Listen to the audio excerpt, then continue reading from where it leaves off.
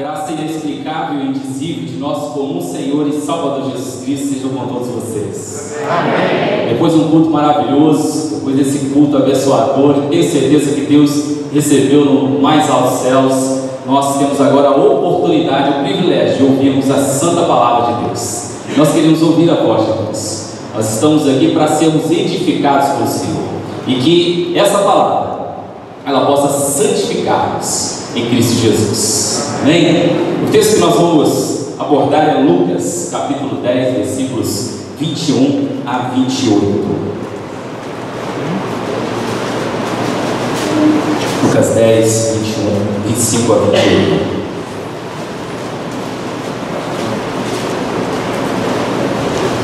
Quero agradecer a oportunidade que o Conselho me concedeu, através do reverendo Juliano. Quero agradecer a igreja também que está nos recebendo hoje pela manhã, foi uma bênção. A escola dominical, também a receptividade dos irmãos, algo sem igual, singular. Eu agradeço muito esse acolhimento dessa igreja. Até comentei com o reverendo que, de fato, os irmãos têm cumprido o chamado do Senhor, que é pregar a palavra de Deus através de palavras e também pelo exemplo, pelo testemunho. Isso é uma bênção de Deus. Quero também dizer que sou pastor da IPB em Cariacica sede, ali em Cariacica, do ladinho ali de Vitória, para quem não conhece. Já foi mencionado aqui a presença da minha esposa, Elisete, dos meus filhos João Lucas, o maior, e José Pedro, o menor. Então eu fico muito feliz com o privilégio de pregar a palavra de Deus. Eu estou ainda de férias, hoje é o meu último dia, minhas últimas horas, mas é maravilhoso pregar, maravilhoso falar de Deus. Então isso para mim não é trabalho. Eu fico maravilhado com a oportunidade que tem sido concedida a mim através dos nossos irmãos, através das igrejas. Então eu fico feliz mesmo.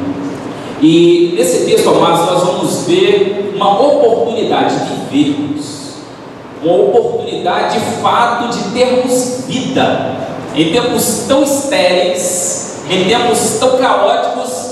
A palavra de Deus traz luz e esperança para nos mostrarmos que há sim oportunidade de vida. Por isso nós vamos ouvir essa palavra trazendo essa direção. Deus nos traz vida, e como isso pode acontecer? Nós vamos caminhar nessa direção através desse texto, da exposição da palavra de Deus. A palavra de Deus diz que Jesus, em seus últimos momentos, nos momentos finais do Senhor, ele se reúne com os discípulos e ele ali tratando de vários assuntos, mas ele trata de um assunto específico, que é então cuidar de Pedro, tratar do coração de Pedro. E ele faz uma pergunta fantástica. Ele pergunta a Pedro: Pedro, tu me amas? E Pedro então repete 3 vezes a partir das 3 repetições da mesma pergunta de Jesus: tu sabes, Senhor, que eu te amo. E aí no final ele responde: Senhor, tu sabes de todas as coisas, o Senhor sabe que eu te amo. Amados, a essência da palavra de Deus é nos trazer a este amor que é desenvolvido em diferentes áreas da fé cristã, mas começa no amor, começa amando a Deus. Todas as coisas se originam através do amor a Deus. A essência da lei é amarmos ao Senhor, como nós vamos ver no texto aqui. E esse amor, ele precisa ser distribuído na vida das pessoas, dos irmãos, do nosso próximo. Que Deus nos ajude a entendermos essa santa verdade. Nós nos reunimos várias vezes, nos reunimos 3, 4 vezes por semana, e isso denota que temos um interesse de amarmos a Deus. Nós temos um interesse de buscarmos ao Senhor, não só buscarmos ao Senhor, mas nos relacionarmos com os irmãos. Nós gostamos de estar juntos. Isso é demonstrado quando você sai de sua casa, de seu conforto, e vem para a casa do Senhor, congregar, adorar, amar o Senhor. Mas em tempos de superficialidade existencial, nós corremos o grande risco de não aproveitarmos esse privilégio, não aproveitarmos esta bênção, que é se relacionar com Deus e com os irmãos. Há um grande perigo. Há um grande perigo porque a exigência de um estilo de vida pressionado por diversas exigências dessa sociedade capitalista e materialista, nós podemos correr o risco de rejeitarmos, desprezarmos, subestimarmos este momento, estragarmos esse momento singular. Aqui manifesta a glória de Deus, aqui manifesta o poder de Deus, aqui manifesta a cura, o perdão, o amor de Deus. Então essa oportunidade não pode ser desperdiçada, ela tem que ser buscada com todo o nosso ser. E diante disso, amados, nós podemos sim percebermos que não dá para amarmos a Deus e amarmos o mundo ao mesmo tempo. Ou você ama o mundo ou você ama a Deus. E se você não priorizar esse amor ao Senhor, com certeza a sua vida está correndo risco, a sua vida está correndo perigo. Isso é preocupante. E é por isso que eu quero trazer ao seu coração essa palavra, para que Deus possa ministrá-la, para que Deus possa então curá-lo, confrontá-lo, confortá-lo, exortá-lo. Essa é a minha esperança para o seu coração, em nome de Jesus. Então por isso eu quero que você desarme o coração. Deixa a segunda-feira para lá. A segunda-feira não te pertence. A segunda-feira é do Senhor e ela será uma dádiva do Senhor para você amanhã. Então por isso, venha para cá, venha para esse momento e aproveite cada segundo daquilo que Deus quer falar no seu coração. Em nome de Jesus. Que Deus possa nos dar graça da compreensão de sua santa palavra. Amados, essa superficialidade que nós estamos vivendo, onde as pessoas tratam de diferentes coisas ao mesmo tempo, ela traz consequências danosas em várias áreas e principalmente na área espiritual. Quando nós começamos a relativizar tudo, quando nós deixamos de priorizar o essencial e começamos a priorizar aquilo que não é tão importante assim. Há um exemplo disso, amados. Nós temos uma superficialidade imensa na questão intelectual. Nós nunca vimos um tempo de tanto conhecimento, de tantas informações, mas também nunca vimos um tempo em que as pessoas pararam de pensar, as pessoas pararam de fazer as suas escolhas conscientes, ter liberdade de pensamento. Esse é um momento crítico para a humanidade. Uma pessoa da nossa época, da nossa geração, um jovem, ele hoje se acha autossuficiente, ele não precisa da história, ele não precisa de ninguém para tocar o rumo de sua vida. Isso é preocupante. Um jovem de hoje, ele lê um parágrafo de Calvino e ele diz: eu não concordo. Alguém em sã consciência, há alguns anos atrás, depois de estudar Calvino profundamente, diria, no mínimo, no máximo, eu não entendi. E depois, mais um tempo, se debruçando nos ensinamentos de Calvino, talvez diria, eu acho que discordo. Mas hoje a pessoa pega a Wikipedia, vai lá no Google, na internet, olha uma página de calvinismo, 5 pontos resumidamente ali em uma página, e ele diz: eu não concordo com isso. Porque essa geração, ela, além dessa superficialidade, ela se sente autossuficiente. ela não se sente necessitada de um suporte acima de si mesma. Ela então se coloca como a própria detentora da divindade. Isso é totalmente danoso para o coração do homem, quando ele perde a suficiência do alto, tocando por uma autossuficiência, ele perde a oportunidade de se relacionar com Deus. Foi a mesma coisa que aconteceu com Adão e Eva. Eles tinham a suficiência do alto, mas eles trocaram pela autossuficiência. E hoje nós pagamos um preço caríssimo por suas escolhas. Mas a palavra de Deus mostra que para termos um relacionamento profundo, saudável com o Senhor, é preciso parar um pouco. É preciso focar. E nós, de certa forma, já fizemos parte disso, porque nós saímos de nossas casas e viemos para a casa de Deus, para que pudéssemos buscar esse relacionamento mais profundo. Eu quero então compartilhar com os irmãos esse texto de Lucas 10, 25 a 28.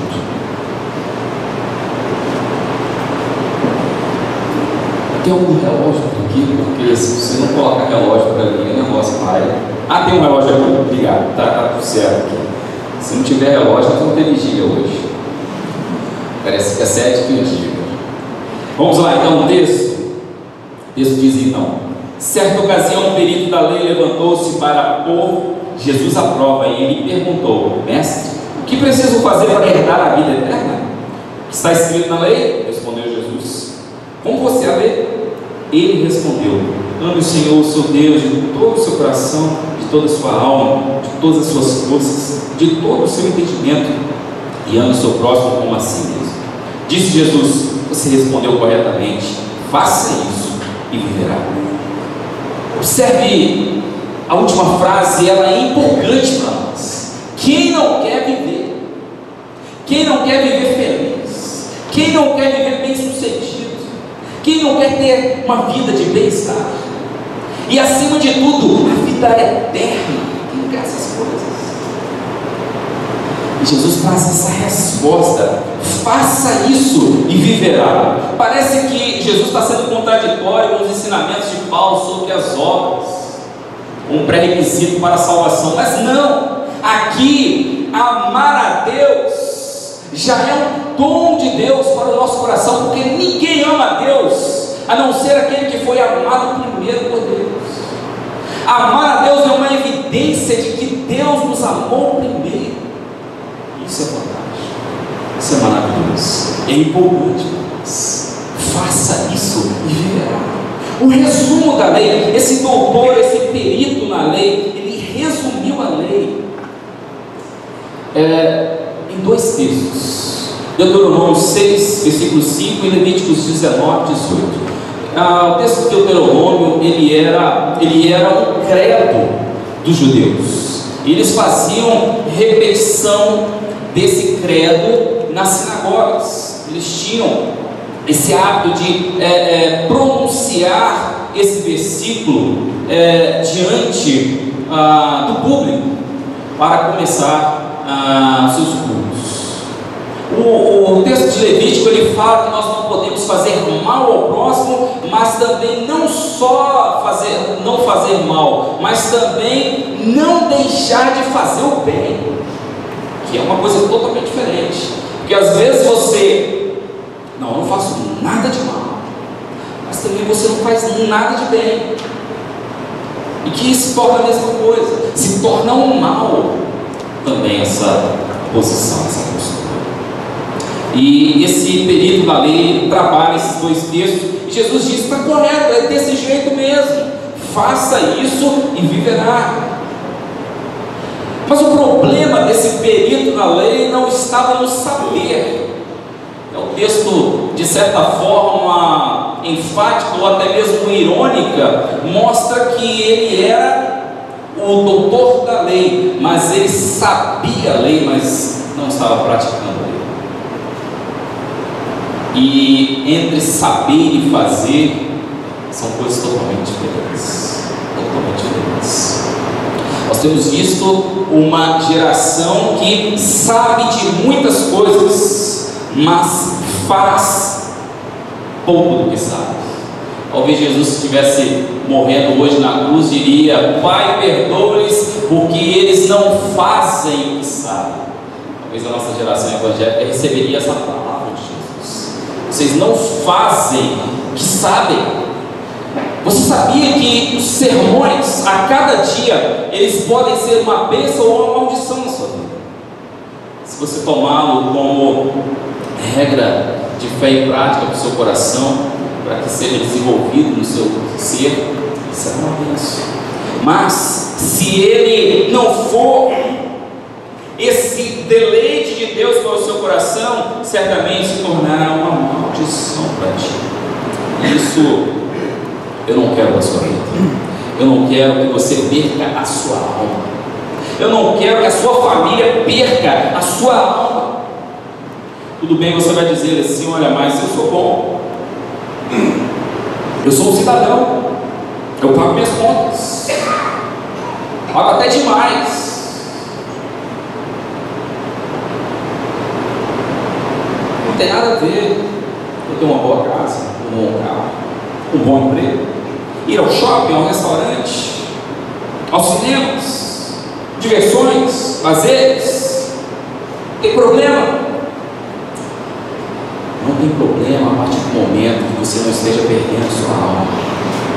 Não tem problema a partir do momento que você esteja priorizando o reino de Deus está aqui na frente aqui. Eu quero trazer para o seu coração essa palavra para que você não perca a sua alma no caminho. Eu não estou falando aqui da perseverança da salvação, da perseverança dos santos, na verdade. Não é isso que estou dizendo. Perder a alma no sentido de você não atingir o foco da sua missão, do seu chamado, e ficar cambaleando nessa peregrinação, nessa jornada cristã. Eu não quero isso para sua vida.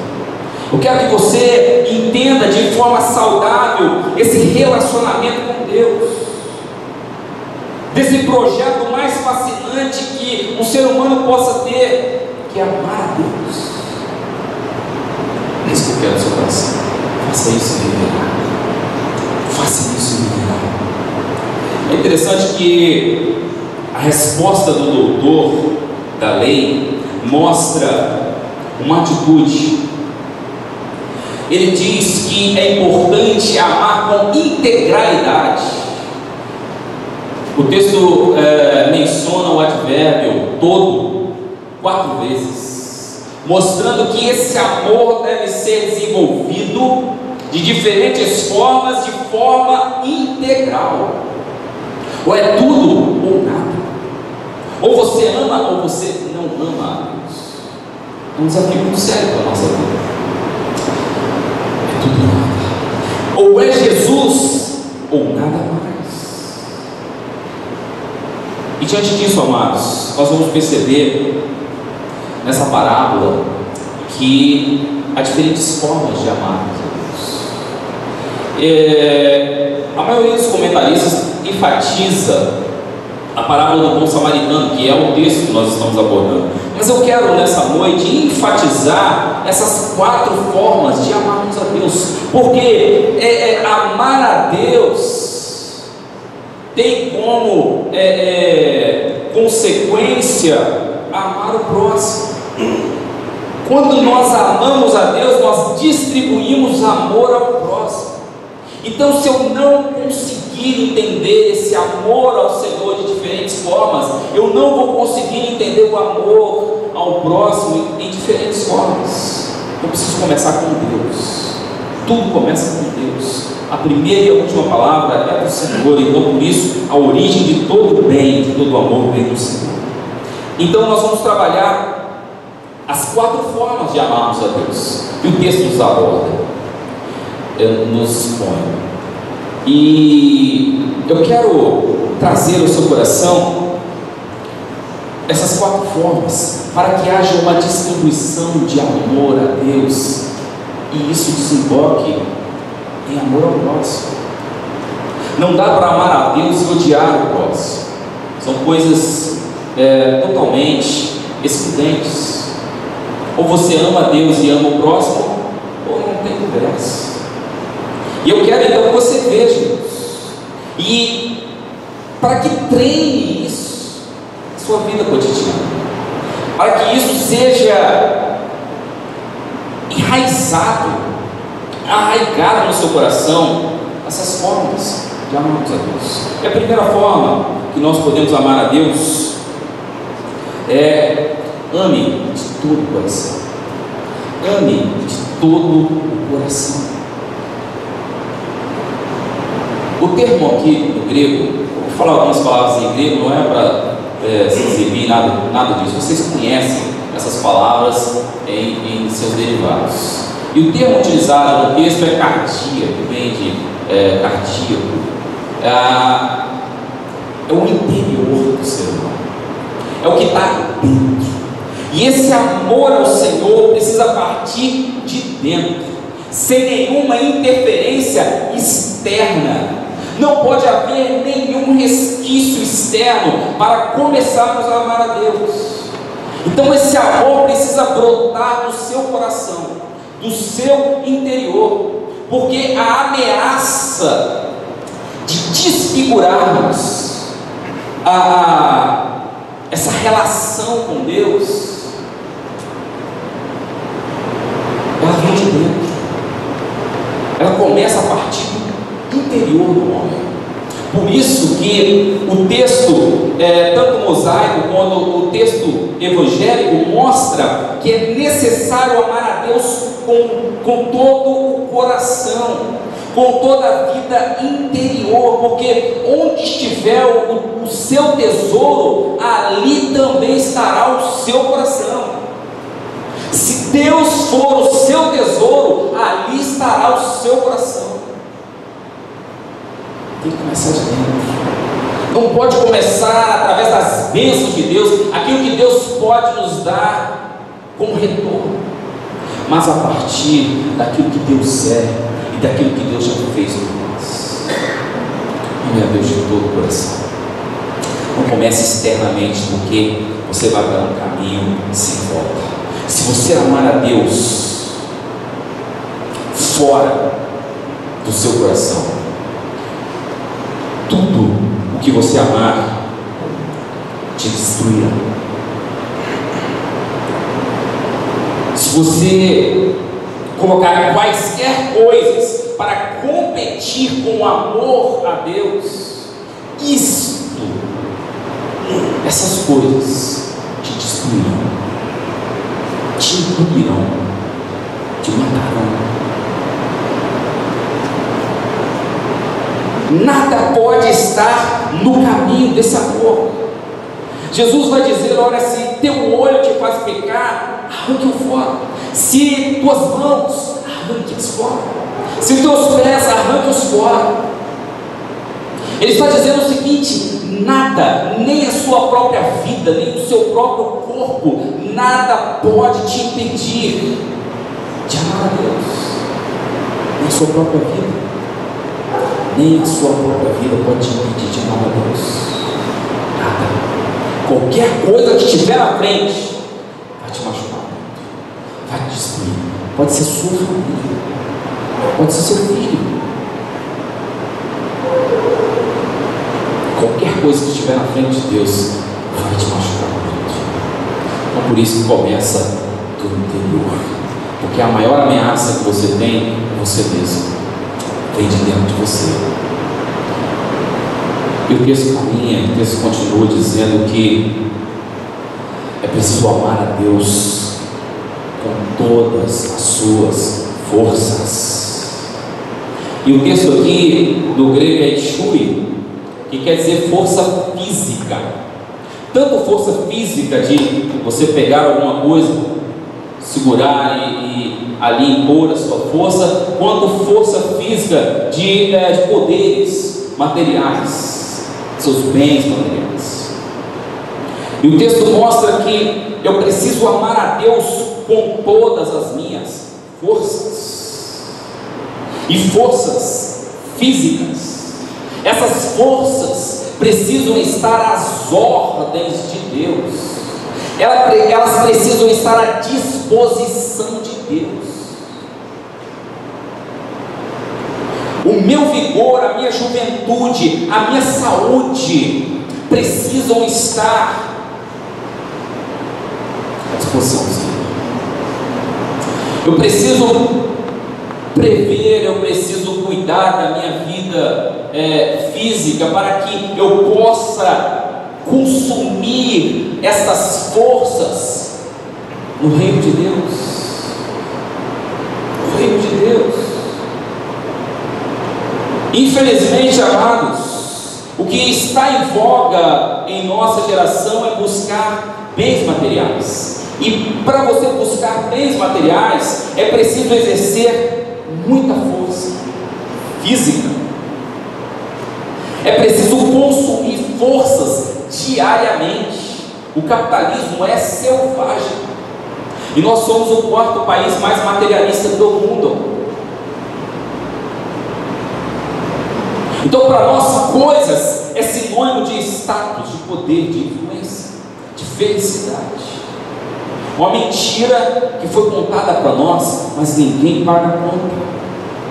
E as suas forças se esvaem de suas mãos, destruindo a sua vida.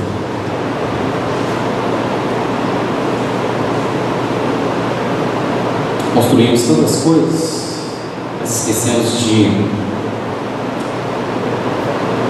construir a nossa vida espiritual. Construímos arranha-céus, esquecemos de construir uma relação com o alto. Porque contaram uma mentira para nós dizendo que se eu tiver muitas coisas, eu seria aceito, eu seria amado, eu seria reconhecido, eu seria respeitado, eu seria feliz. Com essa mentira eu corro atrás de muitas coisas, e começo a andar cambaleando, combalido,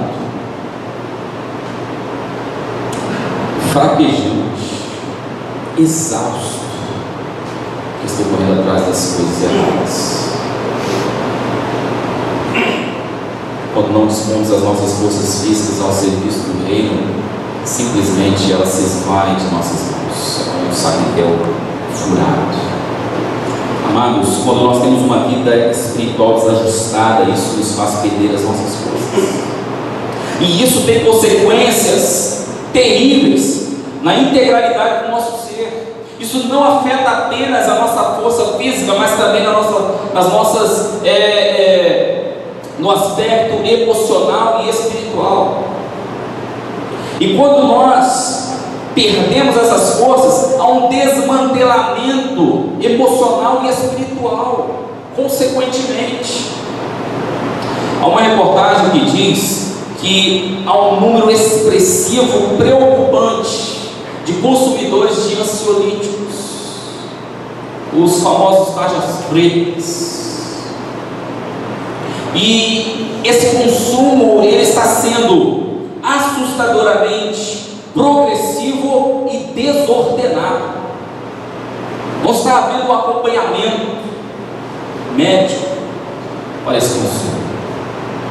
Nunca se viu a humanidade tão combalida, tão exausta.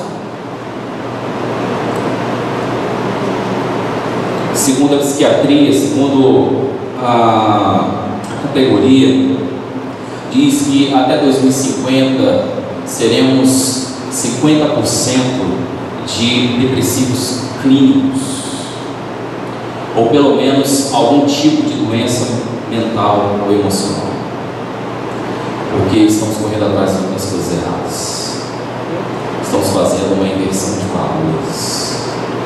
Pastor, o senhor está dizendo que eu não posso ter uma casa boa, comprar uma casa na praia lá em Guarapari, isso que o senhor está dizendo para mim? Não, estou dizendo que você não pode perder as coisas, não pode perder as coisas. Quando eu perco a minha disciplina espiritual, as minhas forças, elas fogem de minhas mãos. Mas o grande desafio, amados, reconhecermos que a verdadeira força vem de Deus. A verdadeira força vem quando nós estamos nos congregando. A verdadeira força vem quando estamos na busca pelo Senhor conjuntamente. Esse é o nosso grande desafio. Buscar o Senhor em primeiro lugar, e as demais coisas serão acrescentadas. Esse é o grande desafio. Mas em terceiro lugar, amados, ame de todo o seu entendimento. Entendimento aqui, no grego é dianoia, nous, de mente. E aqui está falando da faculdade de pensar. A faculdade de você produzir pensamentos racionais. Nós somos a única espécie racional no planeta. Só nós temos consciência que existimos. Talvez tantas doenças decorrem disso, mas enfim, nós somos seres racionais. Nós tivemos o privilégio de pensar. E a palavra de Deus diz que nós precisamos amar a Deus com todo o entendimento. É interessante que grandes homens da fé nos mostram essa direção.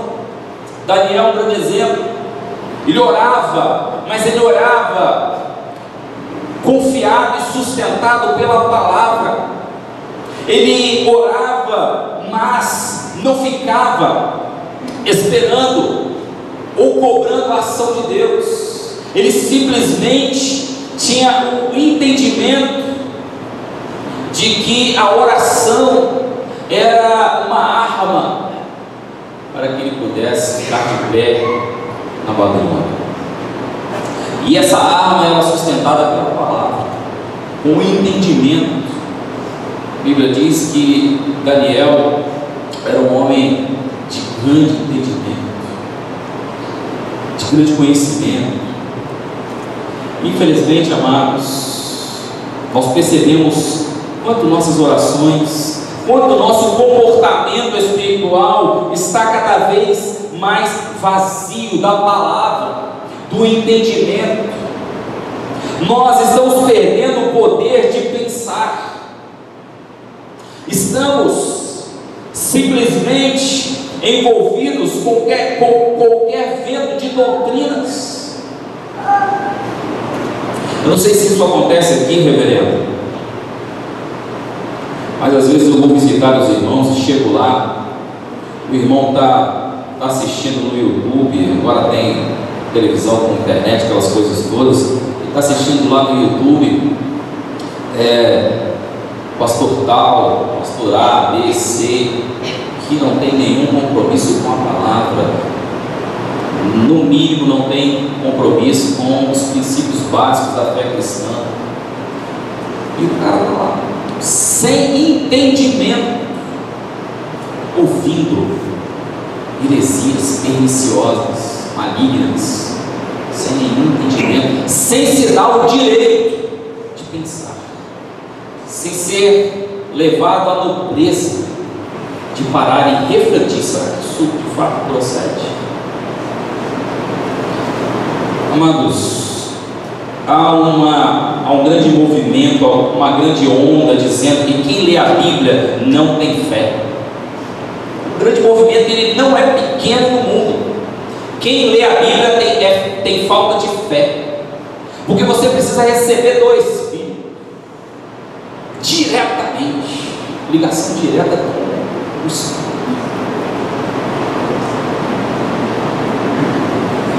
Mas se nós formos analisar a história cristã, nós vamos perceber que a palavra de Deus foi expressa, exposta, pregada com entendimento. As maiores universidades do mundo foram fundadas por extraordinários evangélicos doutos.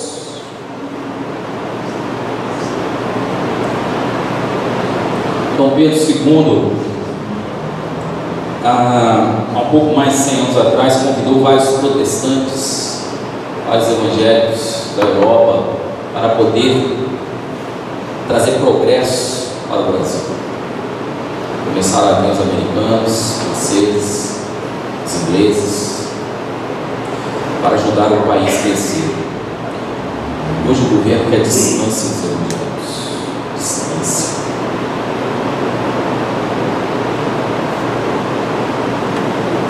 Nunca se ouviu um tempo de tantas palavras e de tão pouca palavra. Apreço pela palavra, estamos terceirizando a palavra. Líderes que não sabem a palavra. Fiquei chocado uma vez quando eu vi um presbítero procurando o livro de Gênesis. Eu fiquei alucinado com aquilo, fiquei constrangido com aquilo. Não tem apreço pela palavra, são levados pela enxurrada de qualquer heresia perniciosa. Não se dá o direito de procurar ajuda saudável, idônea.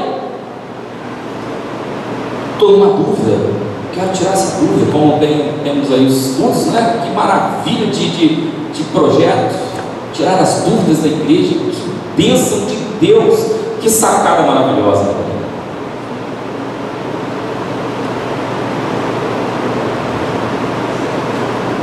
Cultos esquisitos, em que as pessoas falam mais do que Deus, tomam mais decisões, porque está faltando entendimento. A palavra de Deus diz que meu povo padece porque não tem entendimento. Amarás ao Senhor de todo o seu coração, todas as suas forças, de todo o seu entendimento. Eu preciso ser piedoso, mas eu preciso ser racional. Eu preciso saber o que eu estou vivendo, o que eu estou praticando. O grande desafio, amados, hoje é pautarmos naquilo que Deus já disse, não aquilo que Deus poderá dizer. A nossa pauta é no que Deus já disse em sua palavra santa e verdadeira, e esquecermos dessas doutrinas esquisitas, desses mistérios estranhos. Eu preciso fugir de um culto às cegas, que eu não tenha nenhum tipo de entendimento, uma confusão generalizada, em nome de Jesus. Enfim, amados, ame de toda a sua alma, toda a sua alma. Aqui no grego é psique, de psicologia, e o que está dizendo é o ser consciente, é o eu que toma as suas decisões. E esse ser consciente, ele precisa se colocar de tal maneira a serviço de Deus. Todos os meus impulsos devem ser regidos pelo Espírito Santo. Não é o que eu acho, mas aquilo que é verdade.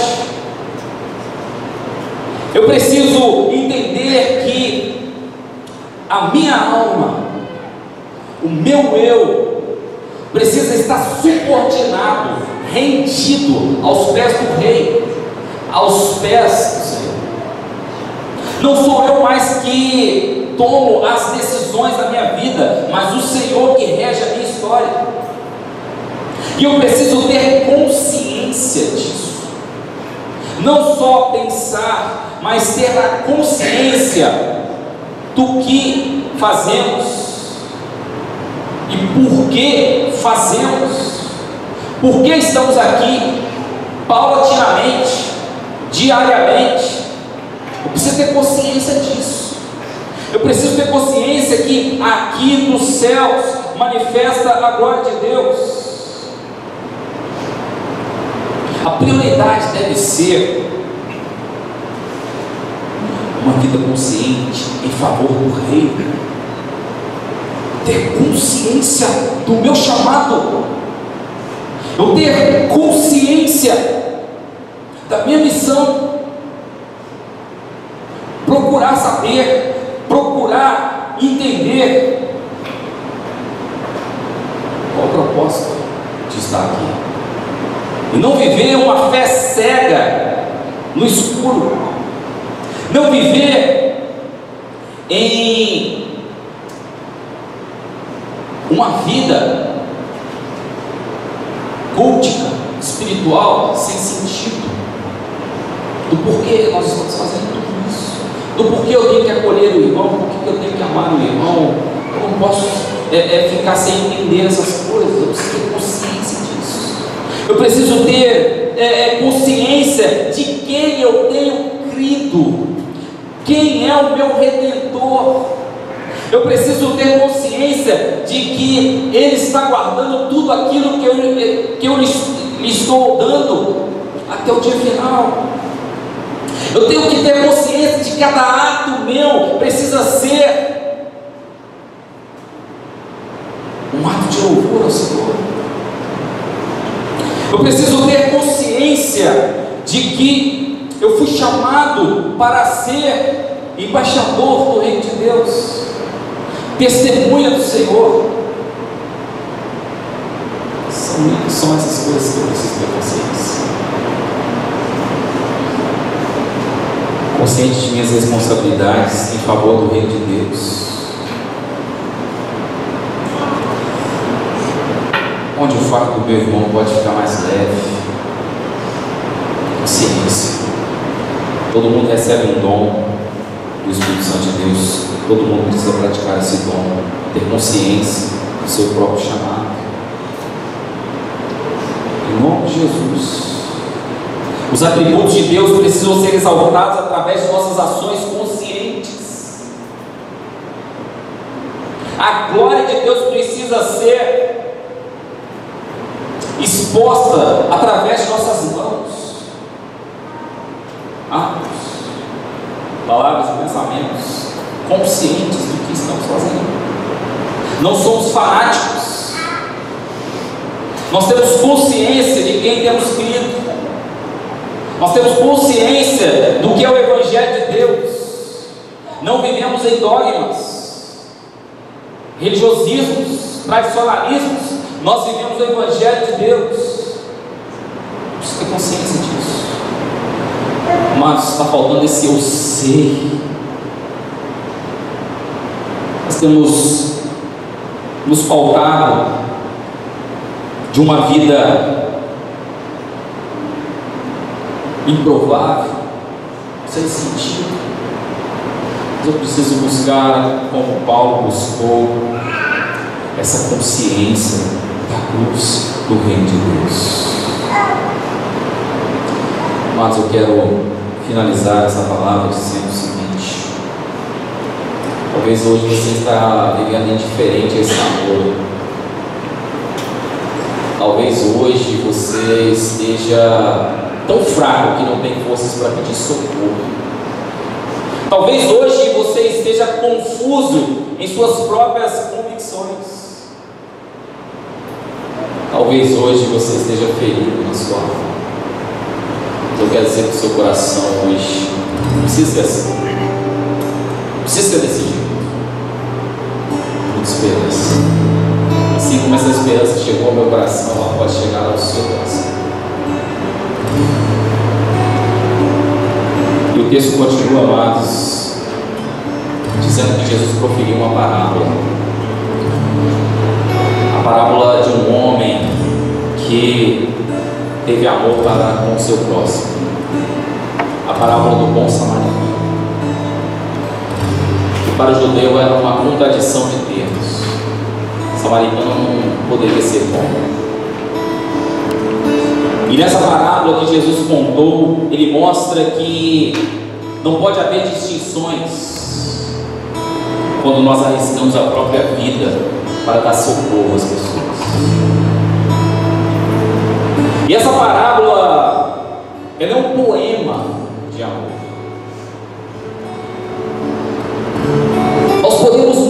bem relacionar essa parábola com o próprio Jesus. Ele nos amou com todas as suas forças. Ele amou com todo o seu coração. Ele amou com todo o seu entendimento. Ele amou com toda a sua alma. E morreu por nós. Morreu por nós. E Ele não nos amou com o que tínhamos de melhor, mas o que tínhamos de pior. A partir das coisas mais terríveis que praticávamos, foi desse ponto que o Senhor passou a nos amar.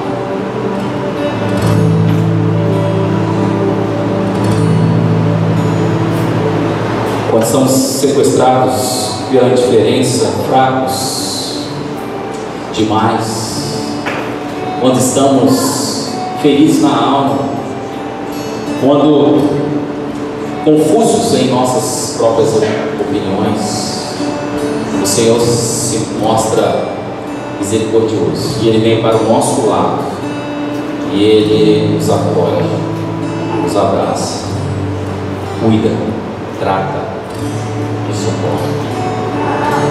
Por isso, amados, eu não amo a Deus porque espero o amor dele por mim, mas porque eu já fui alcançado por esse amor. Eu não amo a Deus para que eu me torne filho de Deus, mas porque eu já sou filho do Senhor.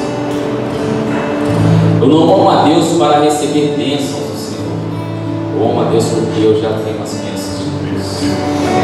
Eu não amo a Deus porque eu quero ser vencedor, mas porque eu sou mais que vencedor. Resta-nos, amados, focarmos nesse projeto fascinante que é amarmos a Deus. Em nome de Jesus. Em nome de Jesus. Quero orar por você, principalmente você que ainda não foi alcançado por esse amor, ainda não recebeu essa dádiva. É por você que eu quero orar. Não vou pedir para você vir aqui à frente. Isso é um compromisso seu com Deus, e a sua alma está em jogo. Então não brinque nesse momento. Receba essa oportunidade como uma luz de esperança. Não deixe jogar fora, não deixe passar. Pode ser a sua última oportunidade. Em nome de Jesus. Você que já recebeu esse amor, interceda agora. Ore para que Deus possa alcançar as pessoas que acreditam que não podem ser amadas por Deus, acreditam que não podem amar a Deus, possam ser alcançadas pelo Espírito de Deus. Em nome de Jesus. Deus, quanto é sério esse momento. Vidas estão em jogo, almas estão em jogo, Pai. E esse momento, ó Deus, é singular. Ninguém poderia ser insano de perder essa oportunidade. Mas, ó Deus, o pecado nos escraviza, nos arrasta para o abismo. E por isso, ó Deus, rogamos as tuas misericórdias sobre a vida, ó Deus, dessas almas. Eles possam, ó Deus, receber essa dádiva do amor do Senhor. Eles possam ter o privilégio de dizer: eu amo o Senhor. Eles possam ter o privilégio de se render aos teus pés. Ó Deus, que haja paz, que haja reconciliação, que haja perdão, que haja salvação, ó Deus, nessa noite, em nome de Jesus. Ó Deus, transforma as vidas, ó Pai, nesse momento. Não deixe, ó Deus, que eles saiam daqui, ó Deus, envergonhados pelo pecado, pelo diabo, pelo mundo, ó Deus, mas que eles recebam a glória dos céus, a salvação em Cristo Jesus. Assim como o Senhor fez com tantos outros, seja um momento agora, Deus, dessas vidas. Eles possam amar o Senhor com todo o coração, com todas as forças, com todo o entendimento e com toda a alma, em nome de Jesus. Em nome de Jesus. Ó Pai, Essa é o nosso coração nessa noite, hoje e sempre. Amém. Amém.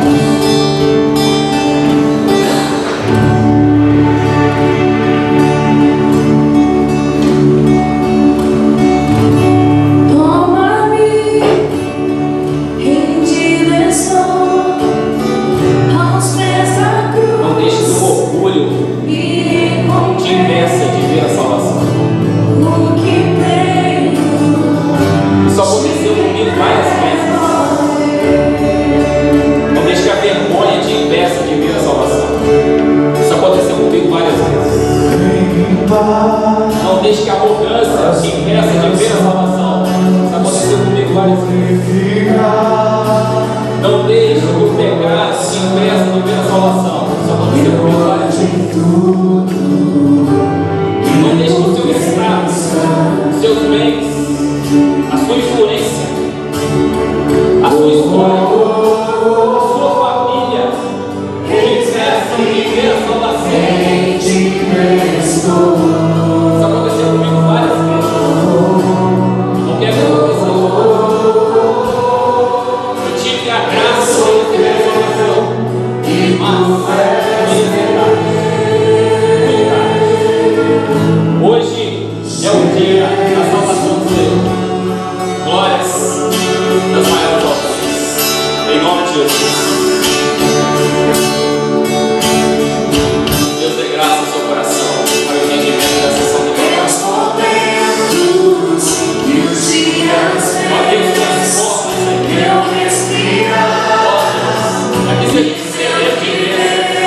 Aqui seja uma farol para invadir. Meu Deus, quem passar aqui possa receber cura, direção, luz, salvação, paz, reconciliação. Não deixe a Deus que essa igreja quase nessa comunidade. De jeito nenhum, mas que ela se alongue, disposição, seja amada e clima.